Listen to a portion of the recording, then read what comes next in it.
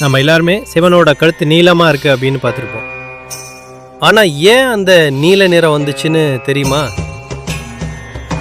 இதுக்கு முன்னாடி உங்களுக்கு சிவன் மேலே நம்பிக்கை இருந்தால் ஒரு லைக் பண்ணுங்க.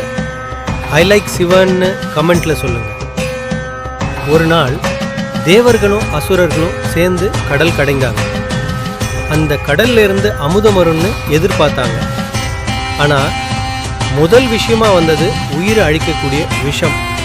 அதை பார்த்த உடனே எல்லாரும் பயந்து ஓடினாங்க. அப்பதான் சிவபெருமான் வந்தார். சுத்தமான கருணை ரூபமா அந்த விஷத்தை குடிக்காம விழுங்காம தன்னோட கழுத்துலேயே அடக்குனாரு. அதனால தான் அங்க கழுத்து நீளமா மாறுச்சு. அவங்க பேரு நீலகண்டன்.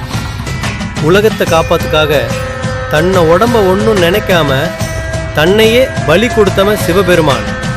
நீங்கள் சிவன் கோயிலுக்கு போயிருக்கீங்களா? கமெண்ட்ல எஸ்ன்னு எழுதுங்க. பிறகு ஒரு லைக் பண்ணுங்க.